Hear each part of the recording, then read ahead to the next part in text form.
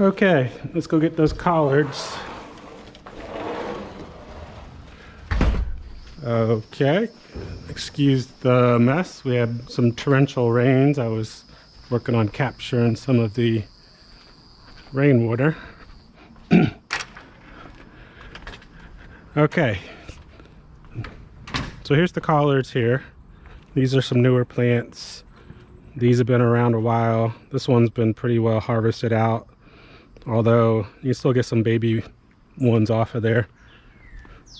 And this one died, and you got this one. It's a little wilted, but it's like pushing 90 out here, so they're just doing just fine still. So what we want is about 4 pounds, and I find it's best to process them out here. So got a scale, and we're gonna cut them, we're gonna rinse them, and before I tear out the stems, then we're gonna weigh them, and once we get 4 pounds, that'll be enough. All right. Let's go with this one. Okay, let's see what we can find. Actually, I wanted to thin some of these out. Now, in the beginning, I wasn't really sure, like some of these ones with the holes in them and stuff. And for sure, some of those you're not going to want. But I find the main things to look for is on the underside of the leaves. You know, you got bugs on there, and then a lot of times that's going to be too much trouble to get rid of. So, you know, thin them out, and if you plant well, you've got more than enough veggies that are going to be good, where you don't need to harvest borderline stuff. And I think I planted these a little close, like I mentioned. This is my first time planting them, so one of my lessons learned is these grow so well that I'll need to spread them out next time, and then that way I won't have to plant as many, and they won't get as boogered up with the bugs.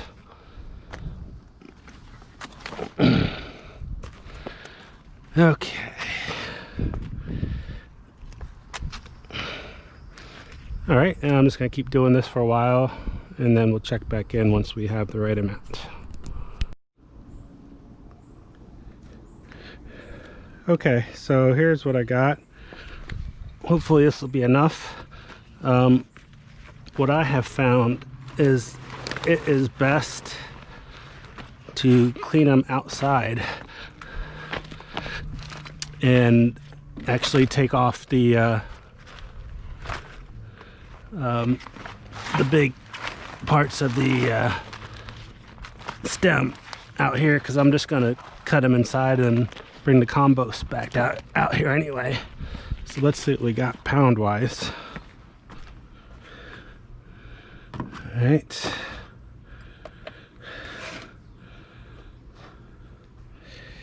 Okay, turn on the scale.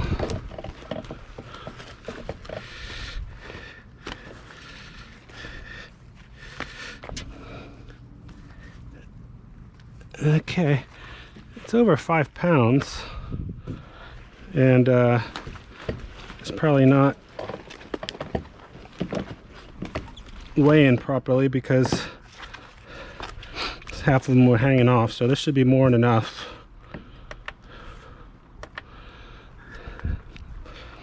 All right, so what I do, I bring them over here to my sweet potato patch, dump them down, and get the hose.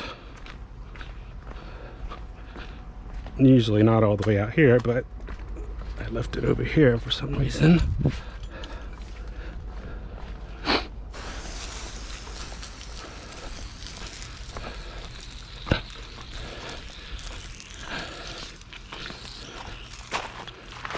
Okay. All right. Now this way, the water can go in the ground. Now, I might be more thorough than most as far as cleaning these things, but you would especially want to focus on the underside. That's where most of your critters hang out. But you're gonna be boiling the heck out of these things.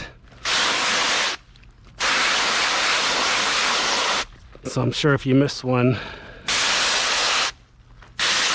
it's not the end of the world. All right, so I'm gonna keep doing these and I'll meet you on the next step. Okay, got all these rinsed, got the water turned off. I'll just let off some of the pressure. All right, now what I'll do is I'll destem these out here. It's less mess I got to bring into the house, and then just bring back out here and toss it in the compost bin anyway. So save me a few steps. All right. So basically at this point, make sure this is on. All right, looks good. Sorry about that. It's still my first time using this headband. All right, so at this point, what you want to do is you want to remove at least the big part of the stem.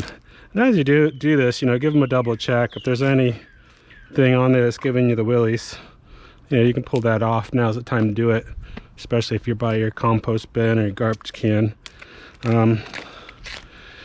Now, you don't want to include the stems because they're too tough. And even on your bigger ones, I'll show you here. So yeah, it looks pretty good. A little spot there I didn't like.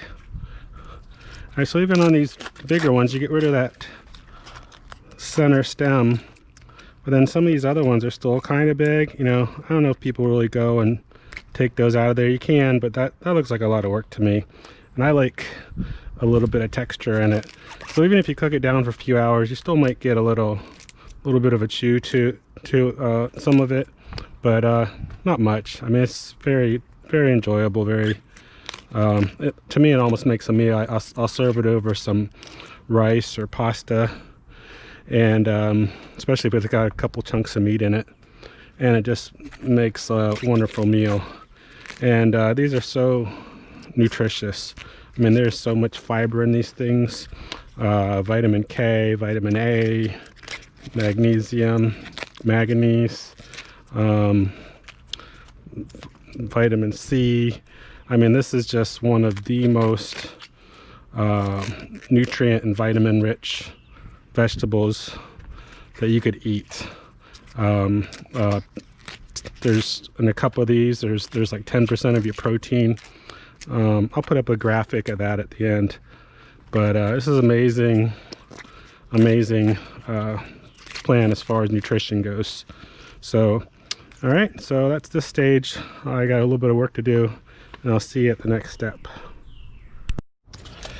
Okay, I'm gonna take this first batch in just to break up some of this monotony, and then I'll show you what I do. I kind of do a two-step process when I'm cleaning these. All right, I'll do some more in a minute. So this is the batch that had the stems removed. Now I sprayed them pretty good with a good force garden hose, but you don't get everything. So what I've also done is I also put them in the sink and soak them. Now what I've done in the past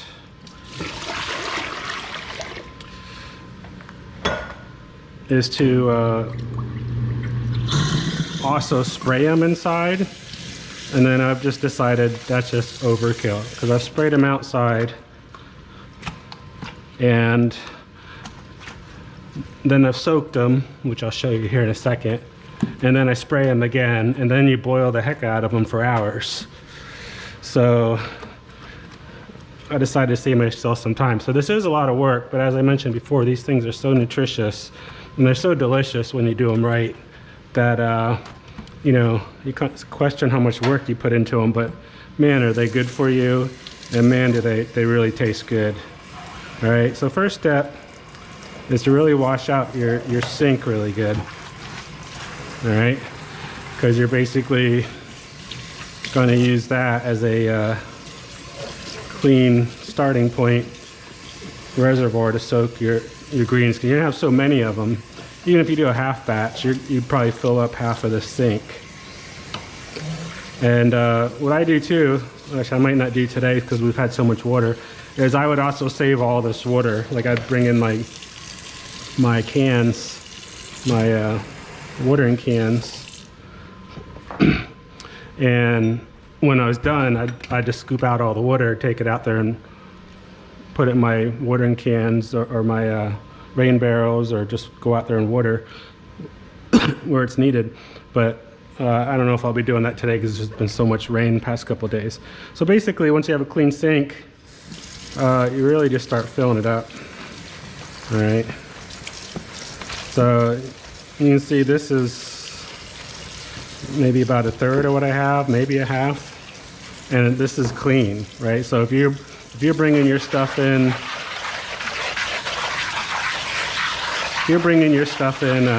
without taking out the stems,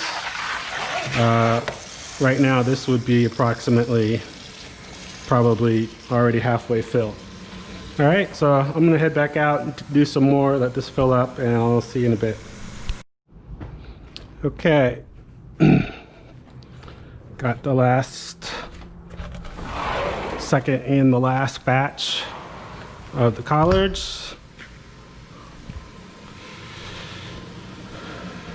The sink hasn't overflown. That was a nail biter. That's good. So we'll get these mixed in there. All right, and you want a little bit of room for your stuff to really slosh around and rinse off whatever might be on there. All right, and you can see the sink is starting to really fill up now. So even with a little bit of space and with these trimmed, they take up quite a bit of room. You might wonder, why do you need so much? It's like, well, when you actually start cooking these, they cook down a lot too. Not quite as bad as spinach does, but it's pretty close. Yeah, maybe not that close. All right, so that's probably not bad like that. All right, kind of feel bad I'll have to waste all that water today. Normally I dual purpose it, but all right, so the next step